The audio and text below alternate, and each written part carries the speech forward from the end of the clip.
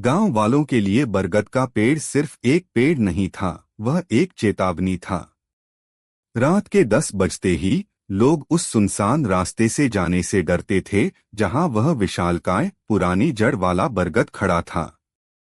उस रात रवि अपने दोस्त विशाल के साथ मोटरसाइकिल पर शहर से लौट रहा था। उन्होंने गांव पहुंचने के लिए एक शॉर्टकट लिया जो सीधे बरगद के पास से गुजरता था। रात के 11 बज चुके थे और आसमान में चांद बादलों के पीछे छिपा था।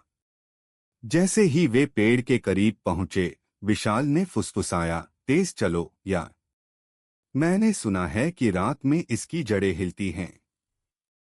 रवि ने हंसते हुए कहा, पागल मत बनो, यह सब मनगढ़ंत कहानियां हैं। लेकिन जैसे ही उन्होंने बरगद को पार किया, रवि को लगा कि किसी ने उसके कान के पास बहुत धीरे से उसका नाम पुकारा। हवा नहीं थी, फिर भी पेड़ की लंबी लटकती हुई जड़ें किसी पतली उंगली की तरह हवा में तैरती महसूस हुई। रवि ने मोटरसाइकिल की रफ्तार बढ़ा दी, लेकिन फिर एक अजीब आवाज आई, जैसे कोई धीरे धीरे रो रहा हो। वे दोनों पीछे मुड़कर नहीं देखना चाहते थे, पर डर ने उन्हें मजबूर कर दिया। पीछे मुड़ते ही उनकी सांस अटक गई।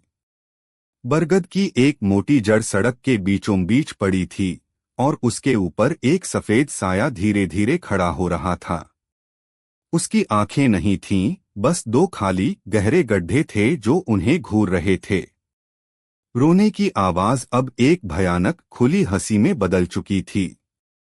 रवि ने तुरंत ब्रेक लगाया।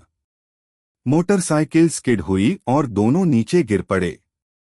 विशाल चिल्लाया, भागो। जैसे ही वे भागे, उन्होंने सुना कि उनके पीछे तेज कदमों की आवाज आ रही है। बरगद का साया अब उनकी तरफ सरकता नहीं, बल्कि दौड़ रहा था। उसकी लटकती जड़ें जमीन को पीट रही थीं। रवि ने लड़खड़ाते हुए पीछे देखा। वह साया लगभग उन तक पहुंच चुका था। तभी विशाल एक पत्थर से टकराकर गिर गया। साया विशाल की ओर झुकने लगा। अंतिम क्षणों में रवि ने हिम्मत करके विशाल को खींचा और दोनों पूरी ताकत से अंधेरे में भागे, बिना पीछे देखे। अगले दिन उन्होंने किसी को उस रास्ते के पास जाने नहीं दिया।